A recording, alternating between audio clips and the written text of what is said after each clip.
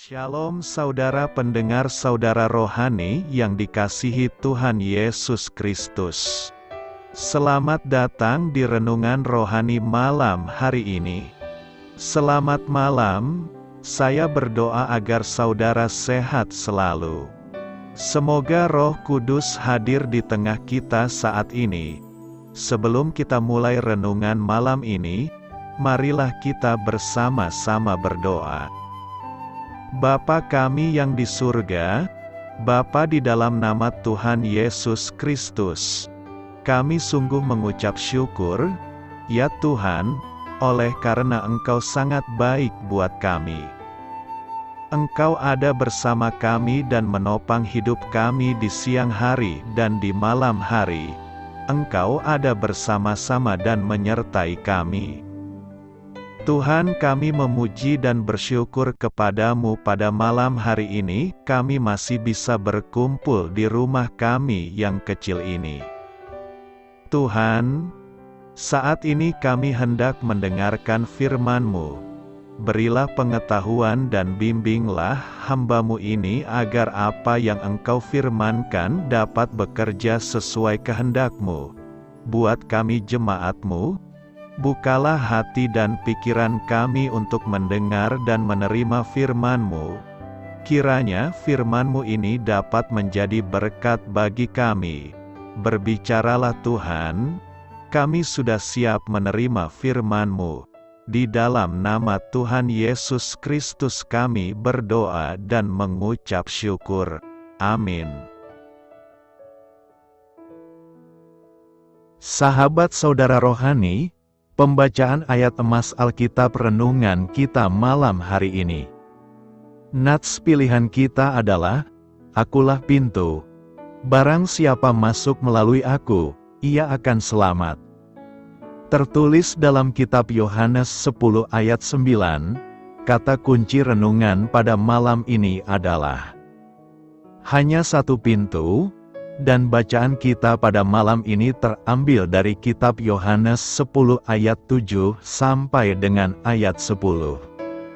Maka kata Yesus sekali lagi, Aku berkata kepadamu, sesungguhnya akulah pintu ke domba-domba itu.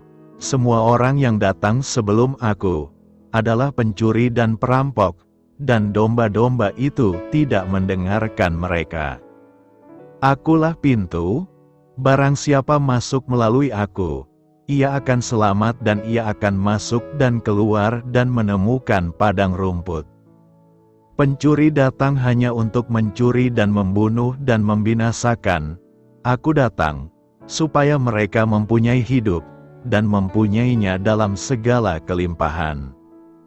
Terambil dari kitab Yohanes 10 ayat 7 sampai dengan ayat 10. Topik dari ayat emas renungan kita adalah, ada banyak jalan ke neraka, tetapi hanya ada satu jalan ke surga. Mari kita mulai renungan malam kita. Untuk memulai hal baik, serahkanlah segala sesuatu hanya kepada Tuhan. Mari kita mulai segmen kisah inspiratif. Seorang ahli perjanjian lama bernama Sir George Adam Smith mengatakan bahwa ketika ia mengunjungi Tanah Suci, ia melihat seorang gembala dan dombanya berdiri di depan benteng. Tidak ada pintu terlihat di sana. Di situ yang tampak hanyalah sebuah lubang sebesar tubuh manusia. Smith kemudian bertanya kepada gembala tersebut mengapa di sana tidak ada pintu. Gembala itu menjelaskan, sayalah jalan masuknya. Saya berdiri di lubang itu, dan domba lewat di bawah saya memasuki benteng. Apabila mereka semua sudah berada di dalam dengan aman, maka saya akan berbaring melintang pada lubang itu. Tidak akan ada pencuri yang dapat masuk, dan juga tidak ada domba yang bisa keluar kecuali melewati tubuh saya. Sayalah jalan masuknya. Kita seperti domba yang memerlukan gembala untuk jalan masuk ke surga, tempat kebahagiaan kekal. Yesus memberikan pernyataan yang mengagumkan ini. Akulah pintu ke domba-domba itu. Barang siapa masuk melalui aku, ia akan selamat. Orang-orang yang mendengarnya pada saat itu tidak membayangkan pintu dari kayu yang tergantung pada engsel. Mereka memahami bahwa dia benar-benar mengatakan, "Akulah jalan masuk ke rumah Allah." Dia dapat mengklaim dirinya sebagai jalan menuju kebahagiaan kekal, jalan khusus menuju kemuliaan Allah, karena Dialah Putra Allah. Yesus merupakan satu-satunya jalan menuju surga. Kita dapat masuk ke sana hanya jika meletakkan iman kepadanya. Penggembalaan Tuhan, Yohanes 10 ayat 16 berkata, "Ada lagi padaku domba-domba lain, yang bukan dari kandang ini. Domba-domba itu harus kutuntun juga dan mereka akan mendengarkan suaraku dan mereka akan menjadi satu kawanan dengan satu gembala." Tuhan digambarkan sebagai gembala. Pengembalaan Tuhan berbeda dengan penggembalaan manusia. Apakah bentuk penggembalaan Tuhan bagi kita? Pertama, Tuhan harus menuntun domba-domba.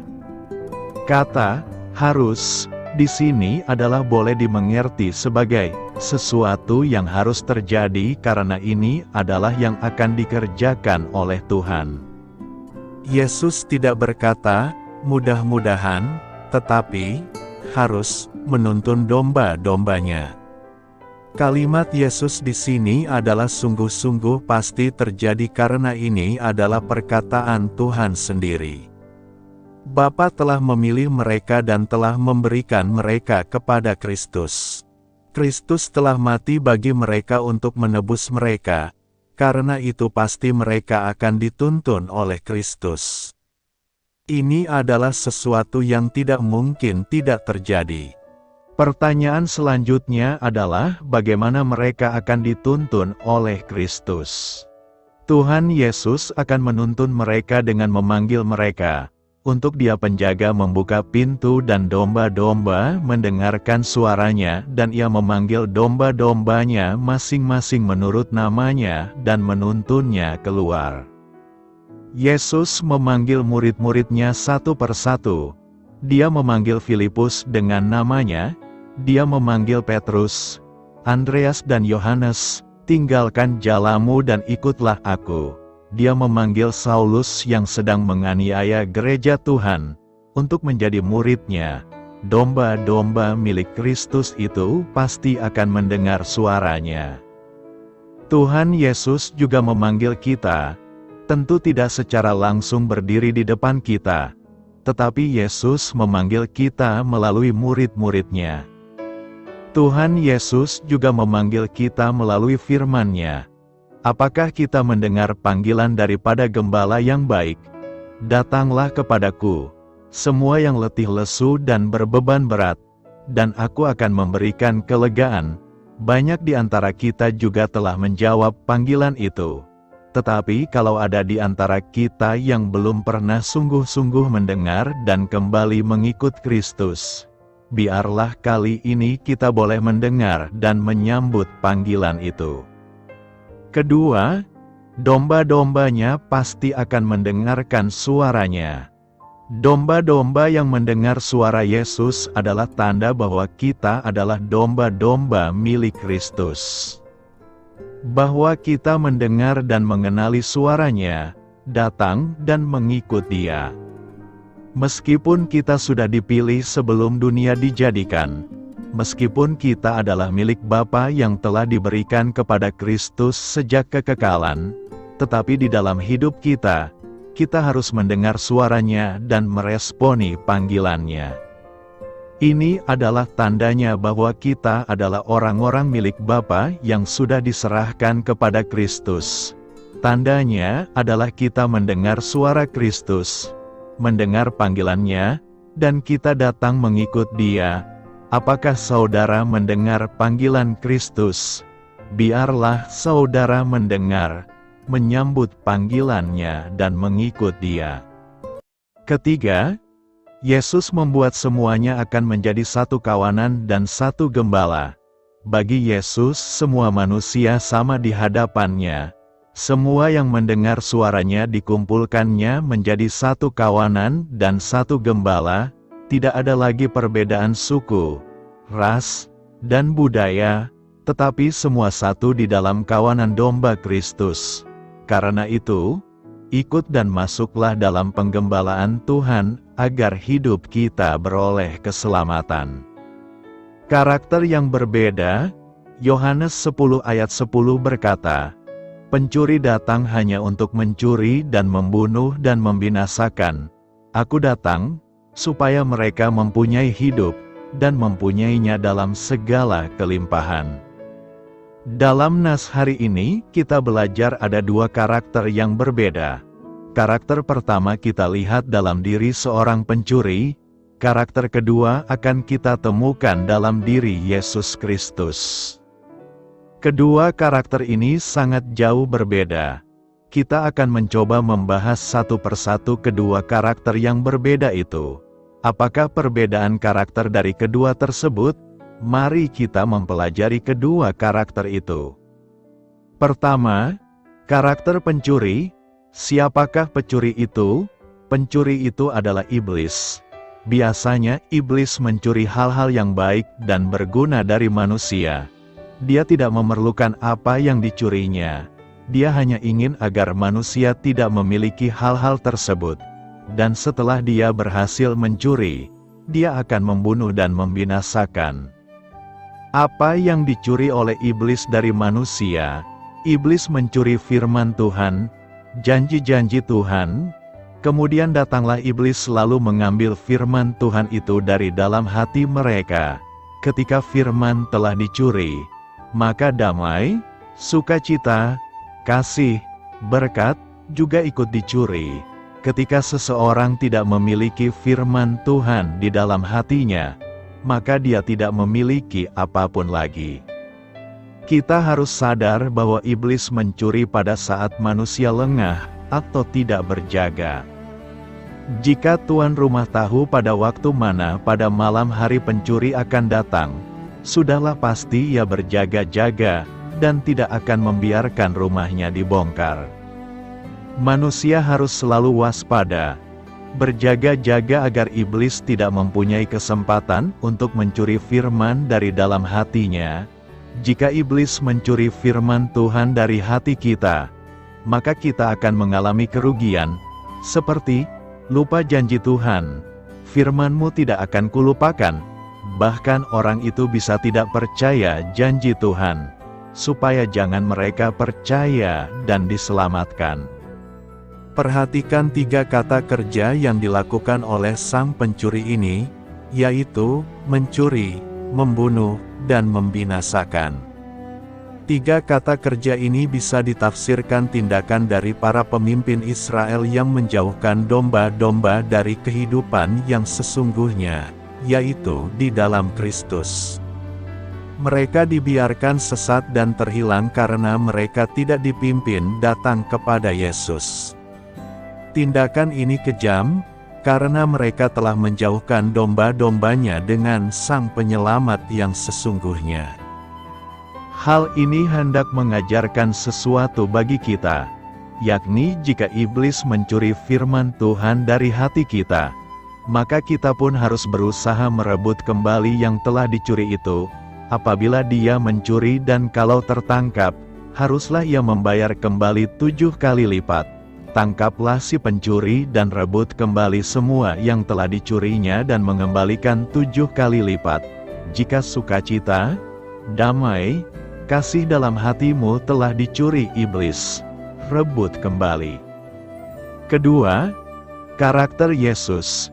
Yesus memberikan kehidupan kepada domba-domba, berlawanan dengan rancangan si pencuri, yaitu untuk membunuh dan membinasakan. Kristus berkata, "Aku datang di antara manusia supaya mereka mempunyai hidup." Yesus datang untuk mencari domba-domba yang terhilang dan memberikan mereka hidup. Bagaimana caranya? Cara yang ditempuh menentukan totalitasnya, yaitu dengan Yesus memberikan nyawanya bagi dombanya. Memberikan nyawa untuk menjaga domba adalah merupakan ciri gembala yang baik. Gembala yang baik siap menantang bahaya dan mempertaruhkan nyawanya demi kawanan dombanya. Sebagaimana yang pernah dilakukan Daud di padang saat menjaga domba-dombanya, ia harus membunuh singa dan beruang demi menyelamatkan domba-dombanya. Apa yang dimaksud dengan memberi hidup bagi domba-dombanya? Tentu yang dimaksudkan bukan hidup secara hurfiah, karena firman ini datang kepada orang yang hidup secara jasmani. Untuk apa diberikan hidup secara jasmani lagi? Kehidupan yang dimaksud adalah hidup secara spiritual. Sebagai gembala, Yesus datang mencari domba-domba, memberikan nyawanya demi domba-dombanya supaya mereka diselamatkan. Nyawanya memberikan kehidupan yang baru. Yesus memberikan hidup yang berkelimpahan. Yesus memberi hidup yang berkelimpahan, yaitu supaya mereka memiliki hidup yang melimpah dibandingkan kehidupan yang telah hilang dan dirampas oleh dosa, lebih berkelimpahan daripada hidup yang dijanjikan oleh hukum Musa, lebih dari hari-hari yang dihabiskan di Kanaan, lebih melimpah daripada yang dapat diharapkan, lebih dari yang kita bisa minta atau sanggup bayangkan, yaitu hidup di dalam kekekalan bersama dengan Allah Tritunggal. Dengan demikian terlihat jelas apa yang dilakukan oleh para pencuri dan apa yang dilakukan oleh Yesus. Pencuri datang untuk mencuri, membunuh, dan membinasakan. Dengan kata lain, mereka hanya bisa mendatangkan kematian, bukan kehidupan. Yang diberikan oleh Yesus Kristus bukan hanya kebalikan dari semua itu. Dia tidak hanya mengaruniakan hidup yang baru, tetapi juga hidup yang berkelimpahan, hidup yang berkualitas. Karena itu, pilihlah karakter Yesus dan jauhilah diri dari karakter pencuri. Apa maksud Yesus saat dia menjanjikan kehidupan yang berkelimpahan?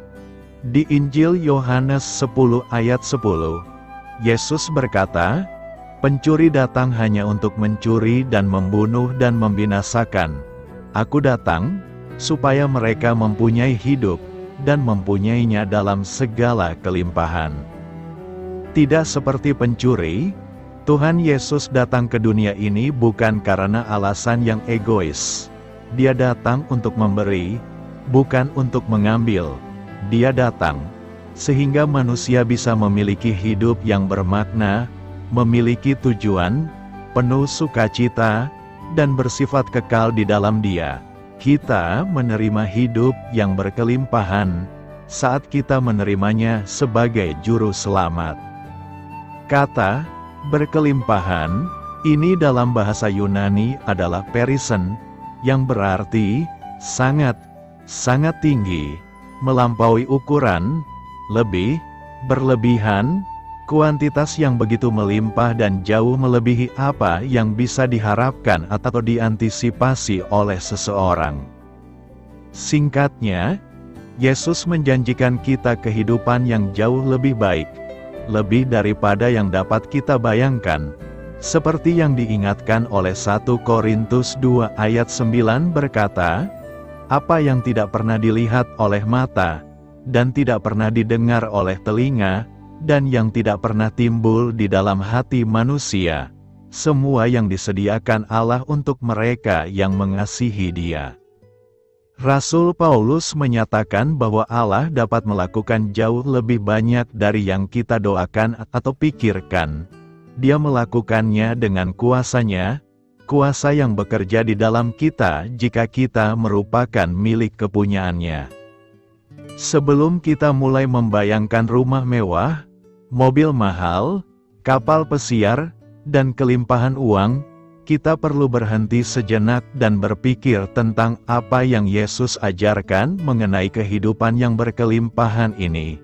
Alkitab mengatakan kepada kita bahwa kekayaan, prestise, posisi, dan kekuasaan di dunia ini bukanlah prioritas Allah bagi kita. Dalam hal status ekonomi, akademik, dan sosial, Kebanyakan orang Kristen tidak berasal dari kelas yang istimewa. Jelas bahwa kelimpahan materi bukan bagian dari hidup yang berkelimpahan. Jika itu yang terjadi, Yesus akan menjadi manusia yang paling kaya. Justru konsep hidup berkelimpahan yang benar dan alkitabiah adalah kebalikannya. Hidup berkelimpahan adalah kehidupan yang kekal. Kehidupan yang dimulai saat kita datang kepada Kristus dan menerima Dia sebagai Juru Selamat, sehingga berlangsung untuk selamanya. Definisi kehidupan yang alkitabiah, khususnya kehidupan yang kekal, disebutkan oleh Yesus sendiri. Inilah hidup yang kekal itu, yaitu bahwa mereka mengenal Engkau, satu-satunya Allah yang benar, dan mengenal Yesus Kristus yang telah Engkau utus. Definisi ini tidak menyebutkan mengenai panjangnya umur, kesehatan, kesejahteraan, keluarga, ataupun pekerjaan. Bahkan, satu-satunya yang disebutkan adalah pengetahuan tentang Allah, yang merupakan kunci bagi seseorang untuk berjalan menuju hidup yang benar-benar berkelimpahan. Apakah hidup berkelimpahan itu? Pertama, berkelimpahan dalam arti berkelimpahan dalam hal-hal spiritual, bukan material. Bahkan, Allah tidak terlalu peduli dengan keadaan fisik dari kehidupan kita. Dia meyakinkan kita bahwa kita tidak perlu khawatir tentang apa yang akan kita makan atau pakai. Berkat jasmani bisa menjadi bagian dari kehidupan yang berpusat pada Allah. Bisa juga tidak. Baik kekayaan atau kemiskinan tidak bisa menjadi indikasi yang pasti bahwa kita sedang berdiri bersama-sama dengan Allah. Salomo diberkati dengan materi yang begitu melimpah. Namun semuanya itu sama sekali tidak berarti dan sia-sia. Paulus, di sisi lain, justru merasakan kepuasan dan sukacita dengan kondisi fisik yang dimilikinya. Kedua, hidup yang kekal itu, kehidupan sebagai orang Kristen benar-benar berkaitan dengan seberapa dekat hubungan kita dengan Allah. Sama sekali tidak ditentukan oleh lamanya kita menjadi orang Kristen. Inilah mengapa, setelah kita bertobat dan menerima karunia Roh Kudus, kita dikatakan telah memiliki kehidupan kekal, meskipun tentu saja tidak sepenuhnya. Panjangnya kehidupan di bumi tidak identik dengan hidup yang berkelimpahan. Pada akhirnya, kehidupan orang Kristen berkutat di sekitar pernyataan, bertumbuhlah dalam kasih karunia dan dalam pengenalan akan Allah dan Juru Selamat kita, Yesus Kristus.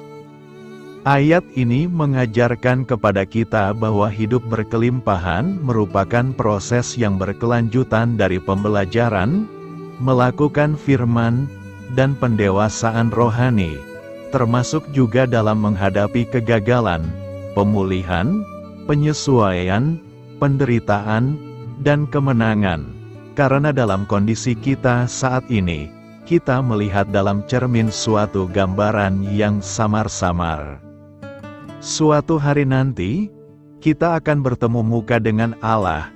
Kita akan mengenal Dia sepenuhnya. Sebagaimana kita akan dikenal sepenuhnya, kita tidak akan lagi bergumul dengan dosa dan keraguan.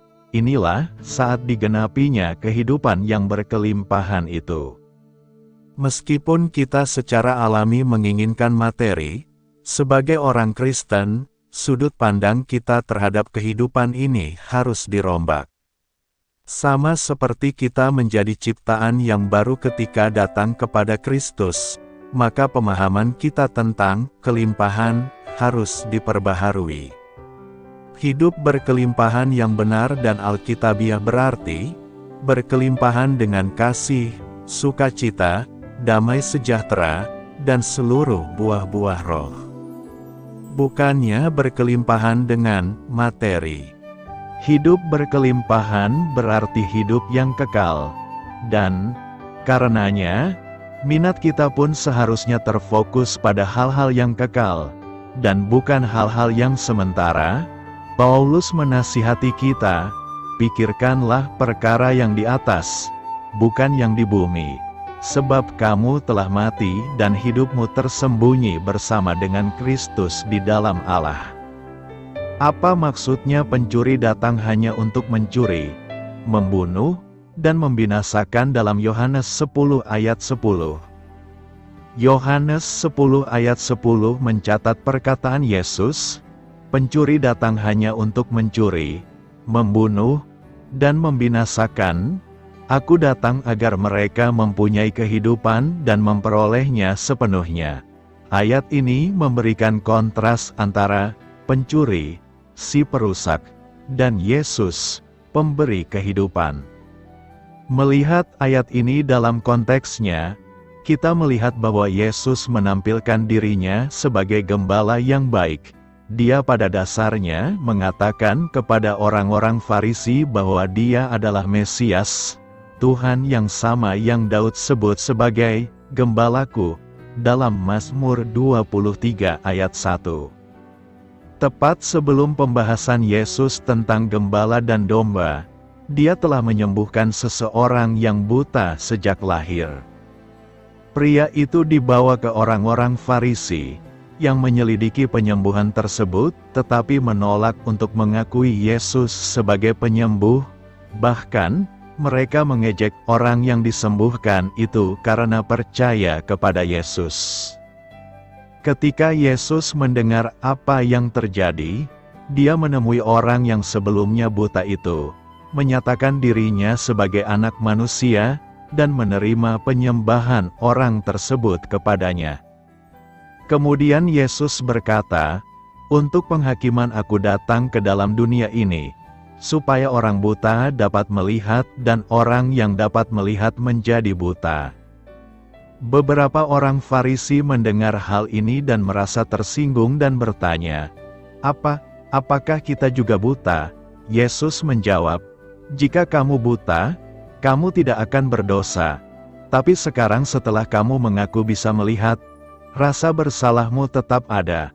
Sesungguhnya aku berkata kepadamu, hai orang-orang Farisi, siapapun yang masuk ke dalam kandang domba melalui pintu gerbang, tetapi tidak masuk melalui jalan lain, adalah pencuri dan perampok.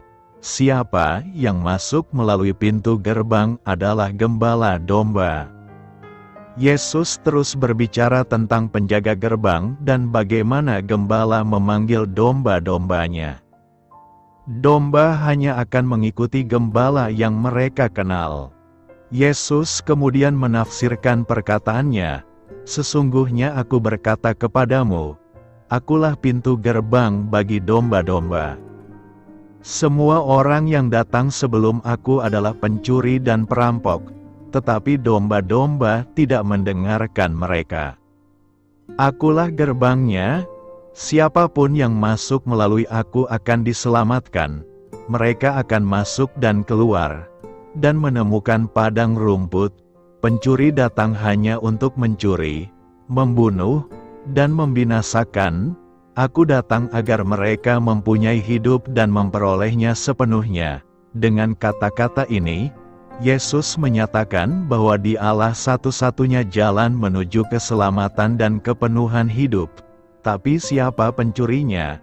Dan apa maksudnya pencuri datang hanya untuk mencuri, membunuh, dan membinasakan? Kata Yunani untuk pencuri yang digunakan dalam Yohanes 10 ayat 10 berarti orang yang mencuri. Secara kiasan, kata yang sama digunakan untuk merujuk pada guru-guru palsu. Siapapun yang mengklaim ada jalan keselamatan selain Yesus sedang merampok kebenaran orang-orang. Sama seperti seorang pencuri memanjat tembok kandang domba, melewati gerbang, guru-guru palsu berusaha untuk melewati Yesus. Mereka yang, seperti orang-orang Farisi, memberikan persyaratan keselamatan yang dibuat oleh manusia kepada manusia adalah guru-guru palsu yang mencuri kemampuan manusia untuk melihat cara keselamatan yang sebenarnya. Akibat dari pencurian tersebut adalah kematian dan kehancuran. Seperti yang Yesus katakan bahwa rencana pencurinya adalah membunuh dan membinasakan. Perlu dinyatakan bahwa kitab Taurat dan para nabi, meskipun mereka datang sebelum Yesus, bukanlah pencuri dan perampok. Hukum Taurat dan kitab para nabi tidak menawarkan jalan keselamatan yang lain, namun menunjuk pada satu jalan keselamatan. Guru palsu adalah pencuri yang mungkin mengaku menawarkan keselamatan, namun niatnya tidak baik. Yesus sebelumnya mengatakan kepada beberapa orang yang tidak percaya, "Kamu adalah milik ayahmu, iblis, dan kamu ingin melaksanakan keinginan ayahmu." Dia adalah seorang pembunuh sejak awal, tidak berpegang pada kebenaran, karena tidak ada kebenaran di dalam dirinya. Ketika ia berbohong, ia berbicara dalam bahasa aslinya, karena ia adalah pembohong dan bapa segala kebohongan. Pada akhirnya, para guru atau pencuri palsu ini menjalankan niat setan. Bukannya mendatangkan kehidupan, malah mendatangkan kematian. Bukannya memberi, mereka malah mencuri. Bukannya membangun, mereka malah menghancurkan. Berurusan dengan pencuri rohani adalah masalah yang serius. 2 kali, Paulus mengatakan kepada jemaat di Galatia bahwa jika ada orang yang memberitakan kepadamu Injil yang berbeda dari apa yang kamu terima, terkutuklah mereka. Hanya ada satu Injil, yaitu pesan kematian dan kebangkitan Yesus. Apa yang disebut Injil lainnya harus ditolak. Kita tidak bebas dari guru-guru palsu saat ini. Petrus menulis, akan ada guru-guru palsu di antara kamu. Mereka secara diam-diam akan memperkenalkan ajaran sesat yang merusak, bahkan menyangkal Tuhan yang Maha Esa yang telah membeli mereka, yang membawa kehancuran yang cepat atas diri mereka sendiri. Banyak orang akan mengikuti tingkah laku mereka yang bejat dan akan merusak reputasi jalan kebenaran. Dalam keserakahan mereka, guru-guru ini akan mengeksploitasi Anda dengan cerita-cerita palsu. Penghukuman terhadap mereka telah lama menimpa mereka, dan kebinasaan mereka tidak pernah tertidur. Puji Tuhan, domba Tuhan dilindungi dari pencuri oleh gembalanya. Yesus berkata, "Akulah gembala yang baik. Gembala yang baik memberikan nyawanya untuk domba-dombanya. Domba-domba mengikuti Dia karena mereka mengenal suaranya. Tapi mereka tidak akan pernah mengikuti orang asing. Bahkan mereka akan lari darinya karena mereka tidak mengenali suara orang asing." Dengan mengetahui kebenaran, mengetahui suara Tuhan, kita bertahan melawan penipuan orang-orang yang berusaha mencuri, membunuh, dan membinasakan. Kehidupan hanya ada di dalam Yesus dan Dia saja. Yesus gembala yang baik. Yohanes 10 ayat 11 berkata, "Akulah gembala yang baik. Gembala yang baik memberikan nyawanya bagi domba-dombanya." Ada banyak gembala di dunia ini, namun yang terbaik hanya satu, yakni Yesus Kristus. Ketika Yesus mengatakan, "Akulah gembala yang baik," maka hal penting yang ingin disampaikannya adalah bahwa Dia ingin mengembalikan bahwa gambaran Allah, sejatinya Allah sendiri yang menjadi penggembala domba-dombanya, kembali melalui Yesus.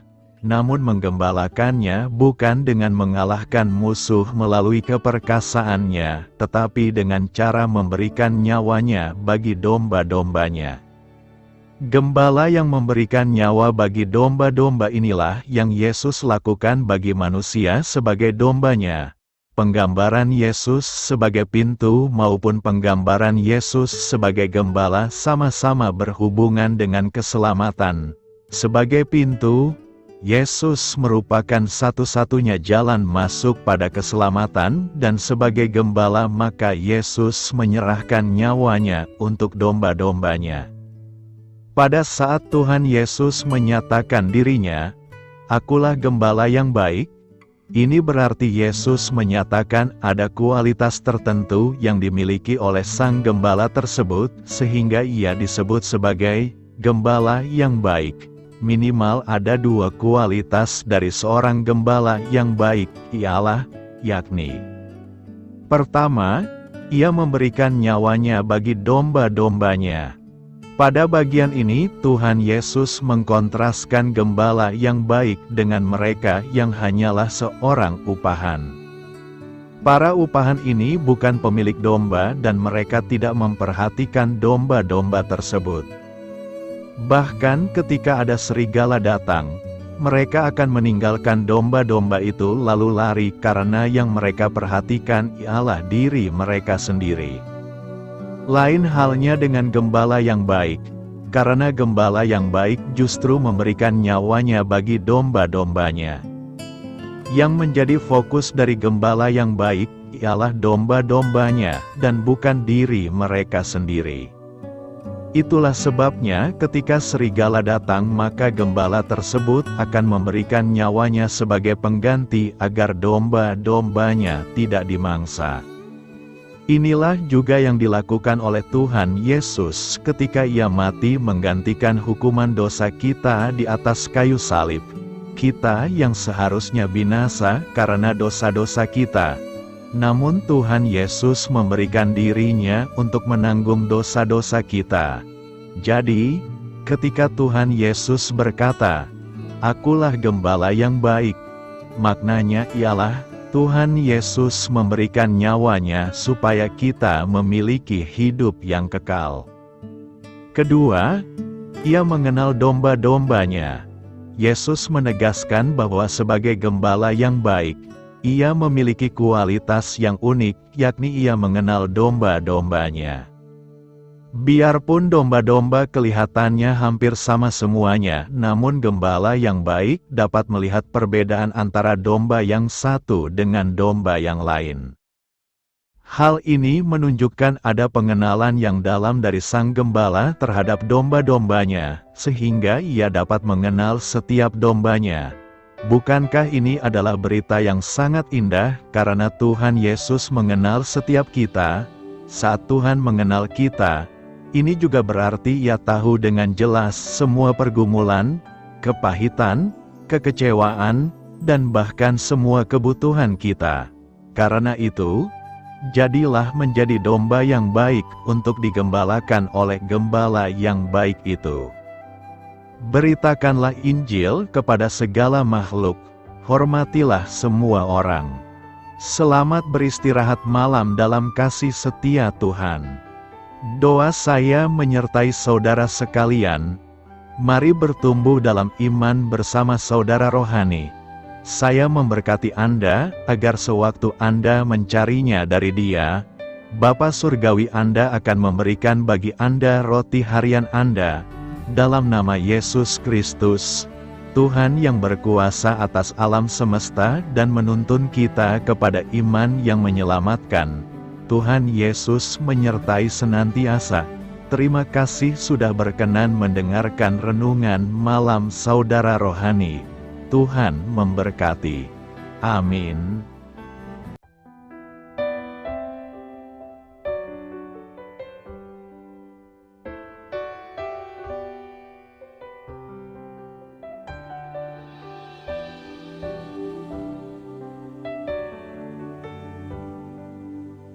Marilah kita renungkan, sahabat saudara rohani, demikianlah renungan firman Tuhan malam hari ini. Semoga menjadi berkat di dalam hidup kita dan menjadikan kita pribadi yang lebih baik. Sebelum kita beristirahat pada malam hari ini, marilah kita berdoa. Bapa kami yang di surga, Bapa di dalam nama Tuhan Yesus Kristus, kami sungguh mengucap syukur, ya Tuhan, oleh karena Engkau sangat baik buat kami.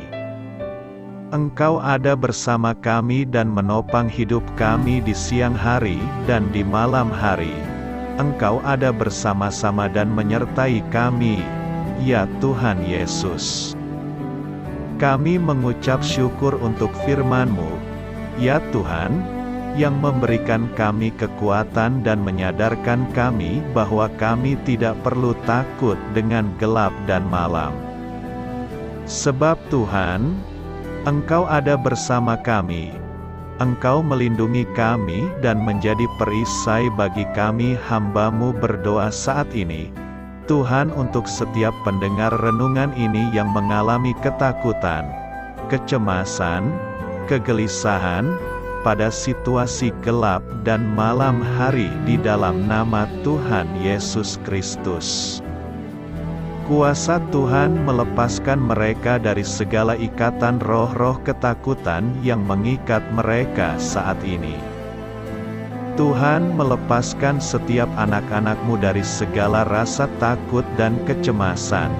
Di dalam nama Tuhan Yesus segala kuasa-kuasa roh jahat, kuasa setan iblis yang mengganggu anak-anak-Mu, ya Tuhan, tolong hancurkan dan halaukan dengan kuasa-Mu.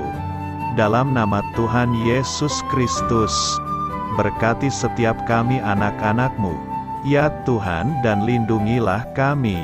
Kami aman di dalam Engkau. Ya Tuhan, penuhilah setiap hati kami dengan keberanian, damai sejahtera, dan sukacita serta ketenangan yang dari Tuhan. Berkati kami di malam hari ini, saat kami tidur dan beristirahat. Kuasa-Mu, ya Tuhan, menaungi setiap kami, memberkati dan melindungi kami. Bangunkanlah kami kembali besok pagi dengan kekuatan yang baru. Tubuh yang sehat diberkati Tuhan dan berkat-berkat yang baru, Tuhan sediakan bagi kami. Terima kasih, ya Tuhan, kami sungguh mengucap syukur untuk firman-Mu yang menguatkan kami. Dalam nama Tuhan Yesus Kristus Juru Selamat kami, Bapa kami yang baik, kami mengucap syukur dan berdoa haleluya. Amin. Biarlah firman Tuhan menjadi pengingat untuk kita semua, bahwa tuntunan dari Roh Kudus akan selalu memberi jalan keluar bagi setiap permasalahan hidup kita, dan memberi kedamaian di hati kita. Amin.